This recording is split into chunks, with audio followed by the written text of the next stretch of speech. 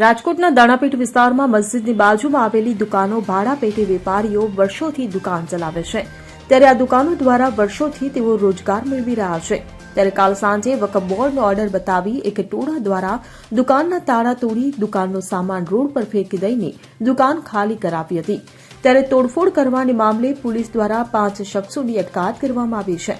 ત્યારે પોલીસ દ્વારા કહેવામાં આવ્યું કે દુકાનો વકફ બોર્ડની માલિકીની છે, પણ દુકાન ખાલી કરવા મુદ્દે તમારે કાયદાકીય રીતે દુકાનદારોને પહેલા નોટિસ આપવી પડે છે અને પોલીસને સાથે રાખીને ખાલી કરવાની હોય છે. ત્યારે ટોળા દ્વારા દુકાનમાં ગેરકાયદેસર ઘૂસીને તોડફોડ કરવાને મામલે આરોપીઓની અટકાયત કરવામાં આવી છે.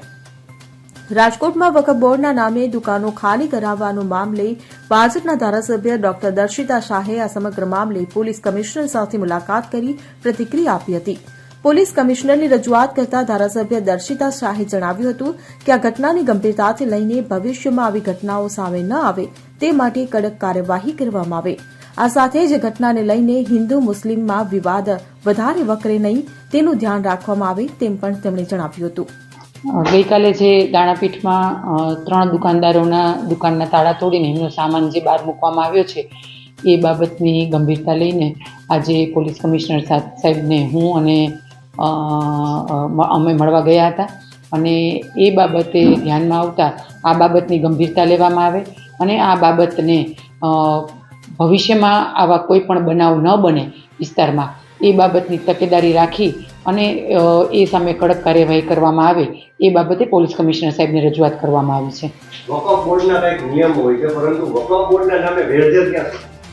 વકફ બોર્ડે સ્પષ્ટ એમના પત્રમાં લખેલું છે કે નિયમ અનુસાર જે કાંઈ પણ કાર્યવાહી કરવાની થાય એ કાર્યવાહી કરવી. એટલે ખાસ પોલીસ કમિશનર સાહેબને એ જ જણાવવામાં આવ્યું છે કે નિયમ અનુસાર કાર્યવાહી કરવાની થતી હોય ત્યારે નિયમ વિરુદ્ધ આ રીતે કોઈની દુકાનના તાળા તોડીને એમના માલ સામાનને નુકસાની પહોંચાડીએ એ યોગ્ય નથી. એટલે ભવિષ્યમાં આવું ન થાય એની ખાસ તંત્ર દ્વારા તાકીદારી રાખવામાં આવે અને કાર્યવાહી કરવામાં આવે. ફરિયાદીના માધ્યમથી અમને વિગત જાણવા મળી હતી અને એ વિગતને ધ્યાનમાં લઈને જ અને એની ગંભીરતા ધ્યાનમાં લઈને જ પોલીસ કમિશનર સાહેબને અમે આ બાબતે રજૂઆત કરી છે. ખાસ હિન્દુ મુસ્લિમ જે વેરઝેર ન થાય એ માટે થઈને શું આપ કાર્યવાહી કરાવશો? કે કારણ કે આ વકફ બોર્ડ એક સૌથી મોટો ઇસ્યુ છે સમગ્ર ભારત.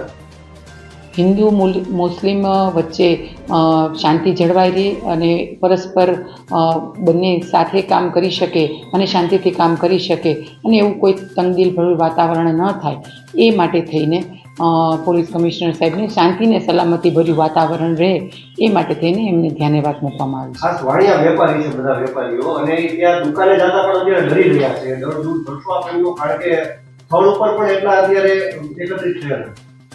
જે કાંઈ પણ દુકાનદારો સાથે આ બનાવ બન્યો છે એમની સાથે તંત્ર અને તમામ લોકો એમની સાથે છે. એમાં કોઈએ ડરવાની જરૂર નથી અને રાજકોટમાં હંમેશા શાંતિ અને સુલેભર્યું વાતાવરણ રહ્યું છે અને હંમેશા રહેશે. પણ ભવિષ્યમાં આવું કાંઈ ન થાય એ બાબતની તકેદારી રાખવા માટે થઈને પોલીસ કમિશનરને જણાવવામાં આવ્યું છે. Bureau report CN24 news.